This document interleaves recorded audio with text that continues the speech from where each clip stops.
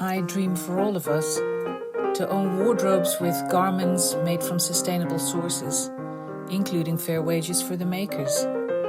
I aim to motivate and inspire viewers to see the clothes they wear as an expression of their personality and their beliefs. This is the Slow Wardrobe. Come and have a look. For this episode, I travelled to a small village nestled in the Thames Valley, close to Wallingford, to visit Hayley Trezise. Hayley is an artist and designer, and more recently also a budding shamanistic practitioner. She is the designer of a garment brand called Raggedy Rags, and I sent her the offcuts from our layer cake production for use in the Raggedy creations. There are so many shared values between layer cake and Raggedy, and despite the very different looks of the collections, a lot of the garments look as if they were made to be worn together. This is a quick impression of her cozy studio space, where we sat down on an autumn afternoon in November, finally having found the time in our hectic schedules to record this interview. Enjoy. Romantic dinner time. Then they start to migrate to the middle, to the middle, and end up with 4. Hello, Hayley. Hello. Very nice of you to have us here at your studio. Well, it's very nice to have you here. On the way here, I was trying to remember how long ago it was that I first remember seeing you.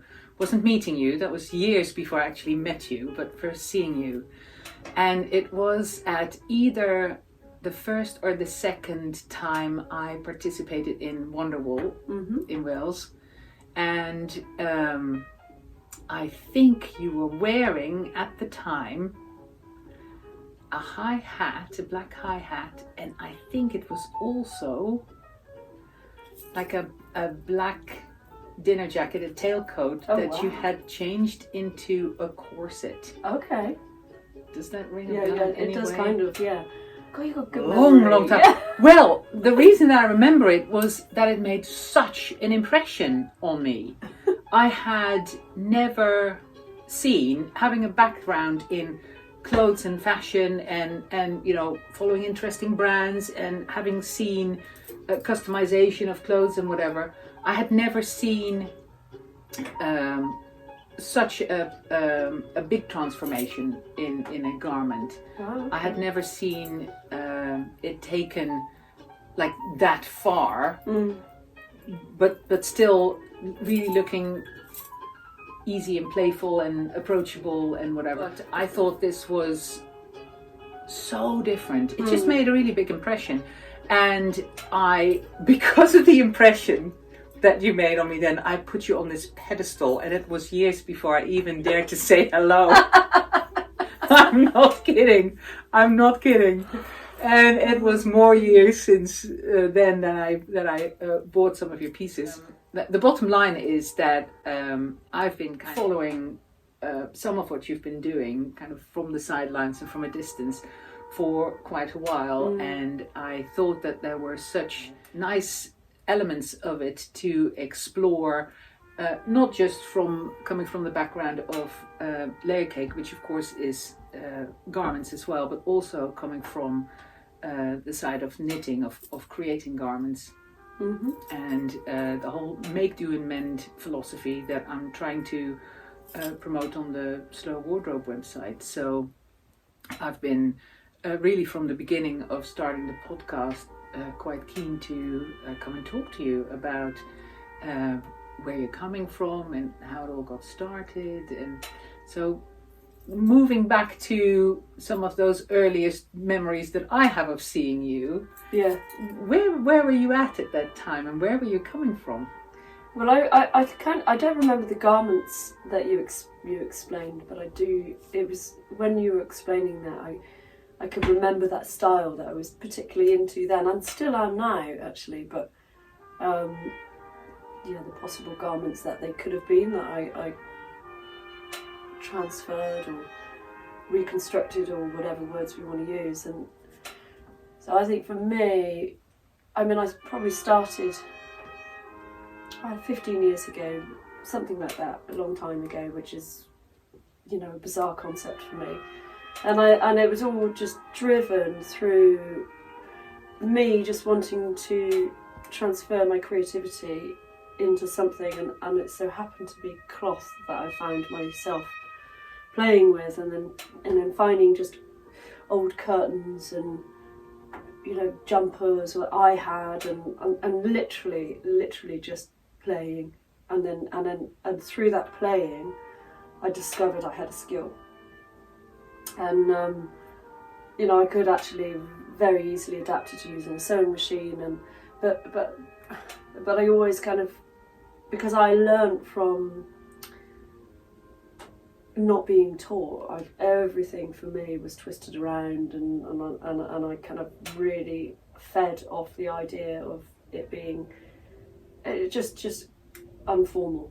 I wasn't told to sit down and to do this, and like from design school to this is how you design a thing. I just created, and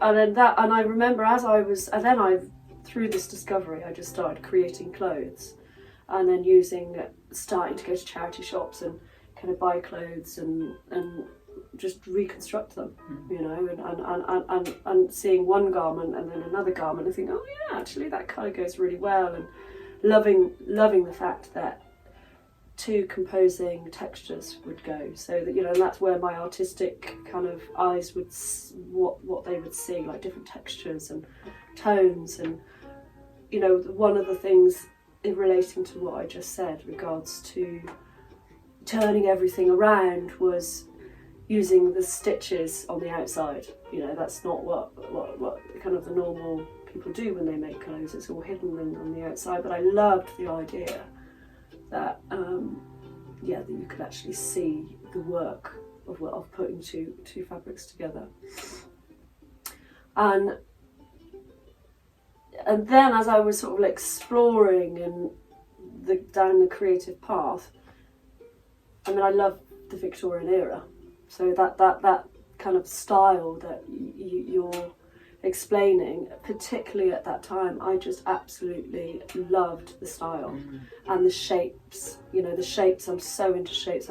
My background is sculpture, so I didn't realise that. Yeah, so I completely unintentional why my clothes are three-dimensional and sculptural shapes. It's just how I see things. What inspires me. I love the fact that there's kind of this odd bulge, or and that's with the Victorian garments, that kind of the waist and then the bustle would come out. It's just like, oh my god, that's so divine. Yeah.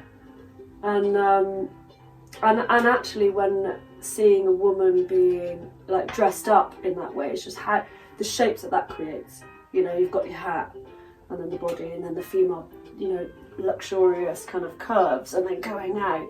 So just that's kind of something about that, and I can't explain what it is or why, but it's what inspired me. And from them I just kind of just explored, but that's the answer to that style. I think that's where it came from, really. Yeah. And how going back to the Victoriana and that more structured style, how would you describe as your style having developed over time? So since going 10 years or however far back. Yeah. Do you still work in that same style, or has it changed? It's kind of, I'd say the style still has a thread throughout. Definitely. I can't, it's just because of the nature of the shapes, and it is one of my, that style of that era is one of my inspirations. And I just want to say something actually about the corsets, because I absolutely, my mum's a seamstress, so I know that I've picked it up from her, but she never sat down and taught me. But with the corset making, I had no idea what I was doing. I literally I think maybe I got one of those kind of really basic patterns for the night, Georgian patterns, which is really simple. So I was like, okay, you got two fabrics, you got bones like this, and it's very flat. But then I just wanted to explore shapes, so I just was and then I created this corset that had a tail. So, which was one of my designs. But incredibly time consuming. And I remember having a couple of brides that commissioned me with those particular styles. So, but then I realised actually it took so much work doing corsets, and actually it wasn't my true passion. It was just something I kind of found myself doing for a short period. So I kind of really wanted to let go of that, because I'm free flowing and it's all intuitively made. Yeah. So I do remember a very specific change into discovery of what my style really was, and I did I can't remember what year it was, but I did London alternative fashion London alternative fashion show in London. I can't remember what even the title of it, and I had to make a collection of, I think it was 8 pieces, and it was almost like I gave myself permission to really go in and explore what I wanted to do. And actually there was a corset in there, and the idea of having stitch work on the outside, I really allowed time to play and play and play and play, and then that's when I discovered my scribble stitch. Yeah, so, and I created this dress entirely out of little pieces of scraps, and it was just, it took so long, but I loved it, and I remember damaging my wrist actually. Oh my gosh. Yeah, but I didn't know, I was just into it, Yeah. going mad with my machine, and that was a real incredible transition into me as a designer, as an artist. Because I found something that was truly coming from that creative place, and the love of sculptural shapes, because all of them had these incredible sculptural shapes in them. Some of them were quite Victoriana, with the kind of the bustles, but layers and textures and stitch work, and the combination of fabrics were tweeds and linens and cottons, and it was just like mixed bag of everything. Yeah. And that was kind of a transition. That kind of answers your question, but that was a transition from where I really began with a very easy, simplistic eye of understanding about waste and upcycling, and then going into a designer. Yeah. That's how I felt. I was like, I am, this is my path. And throughout the years, definitely my designs have changed, and I know that in some one level I am an innovator purely because I'm an artist, and I'm constantly exploring and constantly wanting to push my boundaries to what's next. So I know that things have definitely changed on many levels. So my deepest, there's the kind of two things in my art: my creativity is the drive and the passion, and then the sustainability, so using waste, and those two kind of things merged together was what has driven me.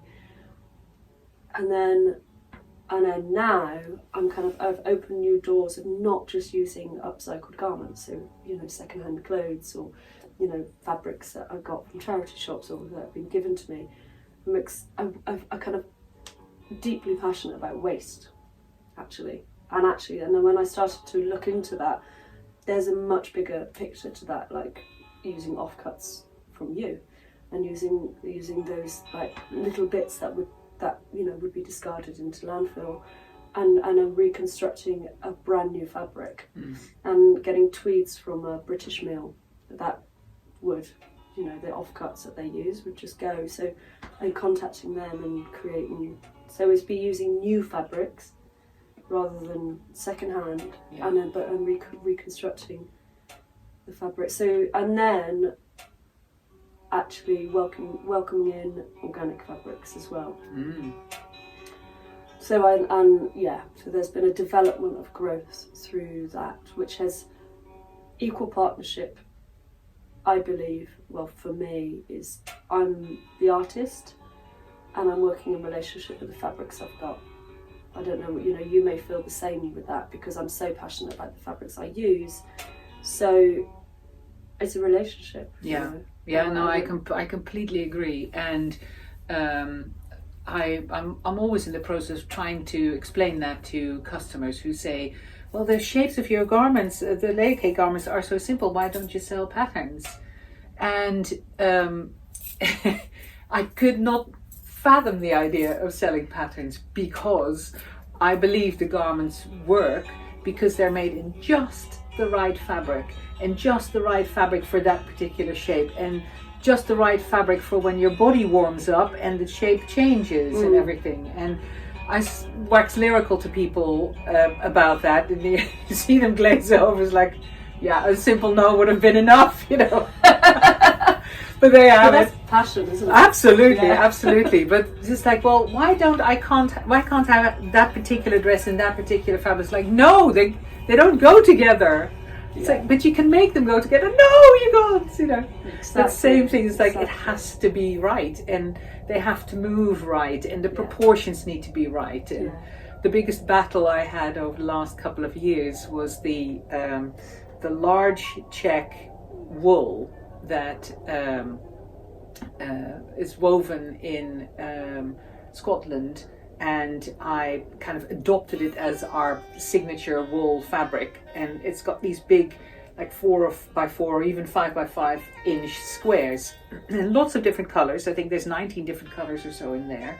So it's got big repeats. And the first thing we made out of it were the play suits, which are full length. And people say, oh, I love that fabric. Can I have it in a smock? And I say, no. They say, but you're selling wool smocks, yes, but not that one, because it won't do. The fabric and the shape of the garment aren't in proportion with each other. So I can't do that. So in the end, I ended up having this linen fabric woven with a smaller check, and I make smaller garments out of that smaller check, but not out of the big check. And people say, oh, but it's nice. And I was like, no, it's not right. Absolutely. I'm not going to do it. Yeah. And to have the kind of conviction to stand up for that, say, no, Totally. Yeah. here's where we draw the line. Yeah. And I can imagine that plays an even bigger part when you start using different fabrics together. Yeah. And bring in the sculptural element that you do with the scribble stitching. Yeah. When I think of your scribble stitch and what it does to the fabric and the shape of the garment, and then you say sculpture, it's like, oh, of course, that makes complete sense. Yeah. Yeah. And you know, the extra shaping that you bring in, but also panels of fabric, of course, end up moving very differently when they've got the extra stitches on them. Absolutely. And you get little bubbles Exactly. and all the different textures and different shapes. I love it. I think I take endless pleasure in looking at it, and I can imagine making it as well. So do you only make garments that are your ideas, or do people come to you with ideas, or how does it work? It's my ideas. Mm-hmm. So that's the main thing I do. Yeah, that's the thing that drives me, and that's the thing, my passion that I hold on to. Right. But if I was going to do commission work, if someone wanted something specific, it have to be under my design. Say like a coatigan. I'd like a coatigan, and then there would be a relationship with that client. So, okay, what you want a coatigan? Great, that's one of my designs. Great. What colours do you want? You know, what sort of do you want it asymmetrical? Do you want it? Some people want it more structured. Some of them want it more, asymmetrical, lopsided. Length, discover lengths and things like that. So that's when the client would have an input of what they want. Colours and textures as well. So but I kind of keep to. Otherwise, I feel I don't see the point of doing. I'm not a seamstress. I'm an artist. So that's that's what I'm creating. Yeah. And where and how do you sell them? Do you sell them online or? Yeah, I've got an online website which has just been launched. It was something else and now it's my name, so it's www.hayleytrezise.co.uk, and that's Trezise. Cool. So it's online, and you still do some shows, right? Well, Yeah. at least Wonderwall. Yeah, I do Wonderwall, and I've been doing, there's Handmade in Britain, which was in Waterbury Gardens last year, and maybe doing that again this year. Sorry, this year I did that, and maybe again next year. And I'm doing the craft festivals. I think that's what it's called now. They've changed their name. I think it's craft festivals. So one Cheltenham in March, followed by Wonderwall, and then hopefully Bobby Tracy, which is the same craft festival organisation. Yeah, and I'm kind of exploring new craft shows for next year, Right. like Made perhaps in London one. Yeah. Yeah, and I also do have I have had stockists, and I've kind of pulled out of stockists apart from one who is absolutely amazing, and that's Haruka in Glastonbury. Oh, right. Yeah, and she's been supporting me almost from the beginning. Wow. So and so I'm still stocking her, and she's amazing. So and her designs are amazing as well. So, and there's another woman that she stocks called Sophie. So and it's just a really beautiful community. Yeah. And Yeah. Nice collaboration. yeah, exactly. So, Fantastic. yeah. Now, the other thing that I wanted to ask you about, I remember fairly recently you telling me about a garment that had specific properties. Okay. That had to do with a study that you've been involved in, and so can you tell us a little bit more about that? Because it's not just a garment anymore; it becomes something much more involved. Yeah. So I'm on a 3-year shamanic practitioner's course, and kind of that whole idea of using shamanism as being part of my life forever in some ways. And it's since I've been doing this particular course, which I have kind of dived so deeply into and loving it in every possible way, I've discovered that, okay, this is a huge part of my life. And I've been wanting to kind of merge the two worlds together. So I've always felt that they're very separate. You know, I've got my creative business, Raggedy, and my art, and then I've got my kind of sacred work that's going on here. And then I realised that actually they come from the same place. They're coming from me, which is my heart space, my passions, my loves. So I kind of did this kind of exploration of merging the two together, and I came up with this idea of creating a garment that had much more of a meaning than just a garment. So one element of my work anyway is about all of my pieces are individual and one-off. Most of them are one-off and quite quirky and different. And that's the other thing that I'm completely passionate about women embracing their whole self and not following high street fashion and being told they should wear this, should wear that because if this is what's in fashion at the moment. I'm like, no. Look within and express yourself completely freely. Yes. And if that's jeans and a white t-shirt, then wear that. If that's an elaborate gold with fluff balls all over it, wear that. So it's that kind of, that's such a huge part of my things, of that kind of like wanting to pull out that self-empowerment. So with these garments, there's that, like I said, I wanted to create something more than just those two things.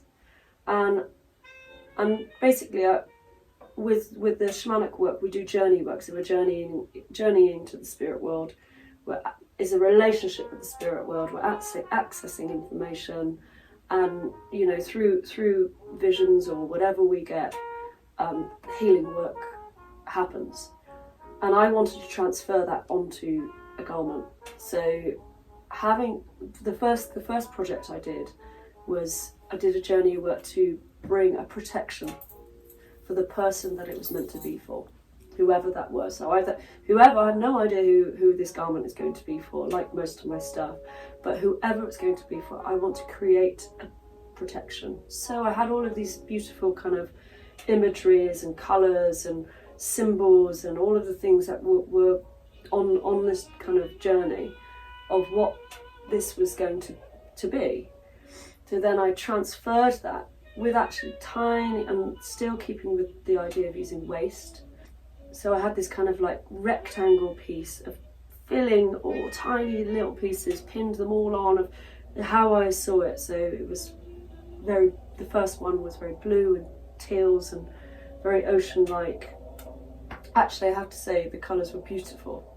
And then obviously I wanted to create a physical garment. So very classic design of mine is like this cocoon shape garment, which is like a kimono, but it's not. It's kind of like it drops and it's creating a three-dimensional thing, and it's very easy to wear.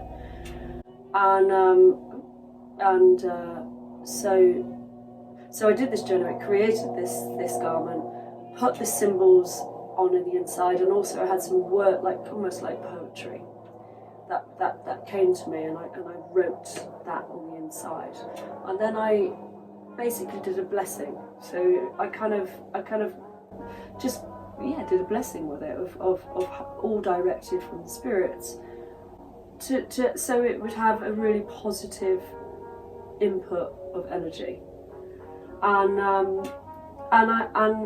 I created it, and I have to say this one garment was beautiful, and I remember this. I went to a craft fair down in Raggedy Rags a week after I made it, and I thought I'm going to put it on the wall and I'm going to talk about it, which I've never done before, like my two worlds. And it looked absolutely stunning on the wall. It looked like an art piece because of the shapes, and because there was so much stitch work in it. You know, when it just kind of like dropped really slowly, and this woman just looked at it, and she just said, she was staring at it. Anyway, and I started. She said, "Can you tell me about this?" So I started explaining, and I said, "Would you like to try it on?" And she said, "Yes." So she tried it on, and you know, I have to say, to my surprise, because this was a brand new exploration, she put it on. She was, you know, very ordinary woman. You know, she wasn't of someone how you would depict to be into. She didn't come across to be spiritual, or, you know. She put this garment on, and she just said, "Oh my gosh," she said, "I just cannot take this off. I'm gonna have to get it." Wow. Yeah, and so there she did. She went home with it, and it was hers, and it was amazing. And I carried on this idea, and I've made 3 more garments, and I say only 3 because they're very, very time consuming. And I went to Handmade in Britain in Oxford, and the same thing happened. I had them on the wall, and all 3 of them sold. So, and again, I was openly talking about kind of the idea and the concept, and it was so well received. It was amazing. You know, people just loved that there was a much deeper story behind it. It wasn't just a gorgeous garment in there. Yeah, I feel funky. It's like, oh my gosh, I'm putting this on, and you know, it's got a meaning to it. Yeah, I can feel it. I can feel the garment in more ways than just wearing it. Yeah, because they obviously connect. Yes, exactly. I mean, that's what.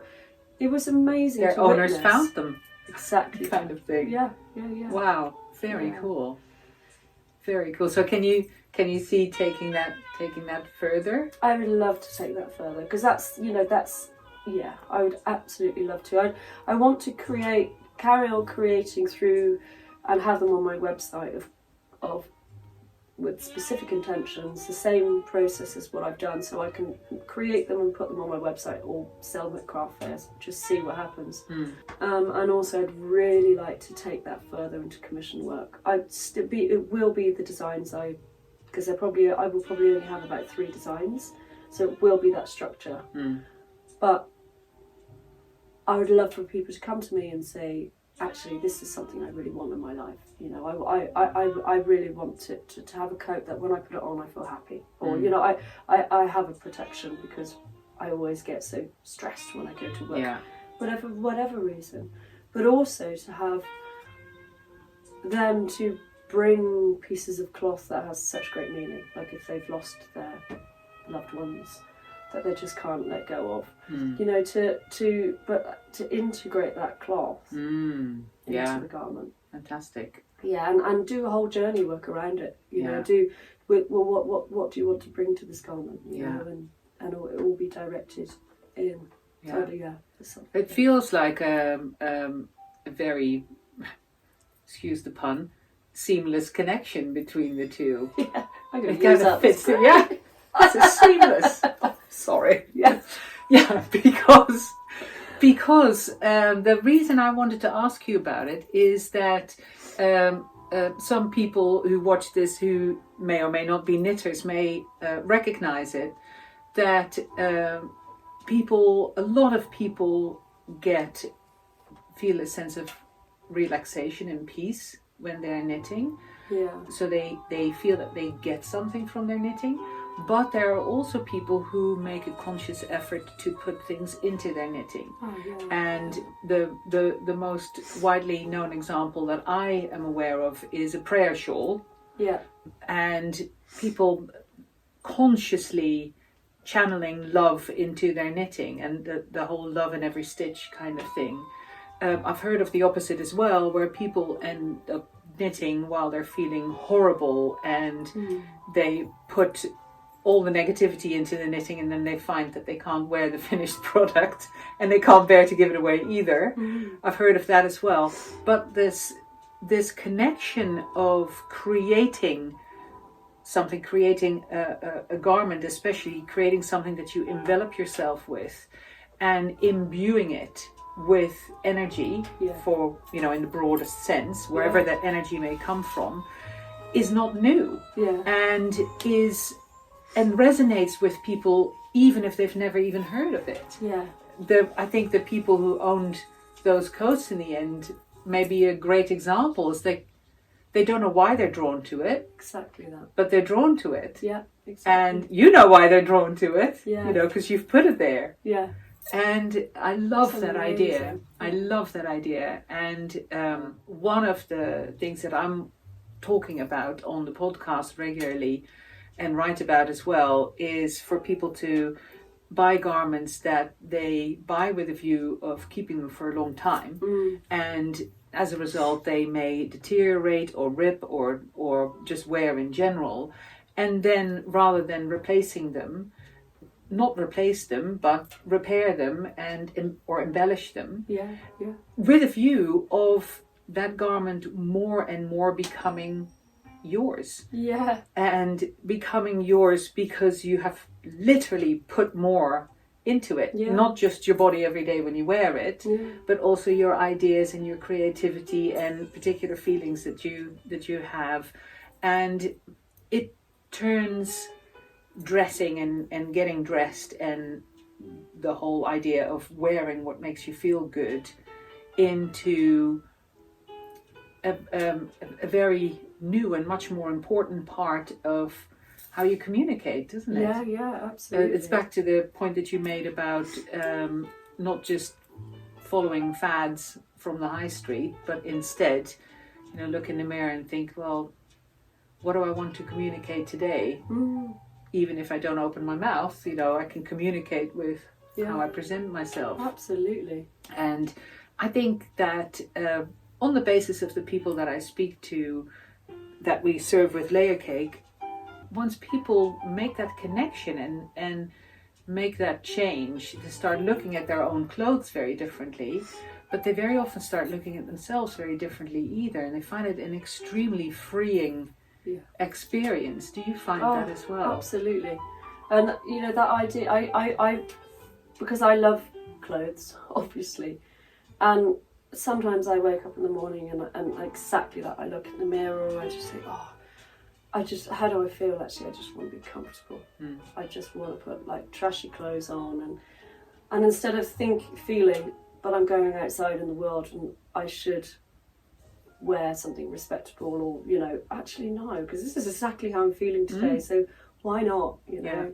And having that freedom, which in life we generally don't have a lot of freedom. We're always told that we should do this, and, you know, we just find ourselves kind of being dragged in by society or other people's stuff, and, you know, that's how we should be. So to actually fully step into well, what do I want, and have full confidence to express that. And if it is clothes, because I see clothes exactly what you said about, if I don't speak a word, your clothes are the first thing that people see. It's like the physical face of us, almost. Yeah.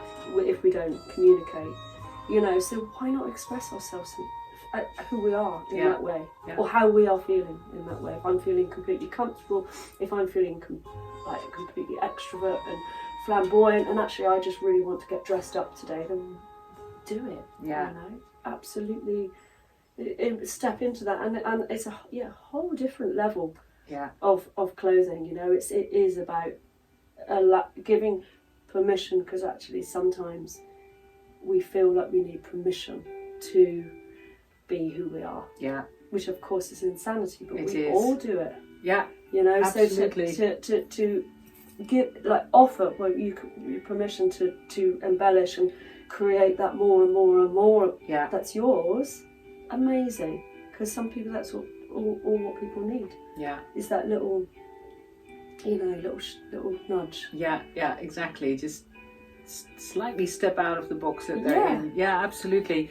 And as a result, we get a lot of positive feedback about that. Amazing. People saying, "You've completely changed the way I look at my wardrobe, and the way I decide what I'm going to wear has completely changed." And I love that idea. Yeah. That, you know, they are expressing their personality now, rather than their status or their background or their job or their husband's preference.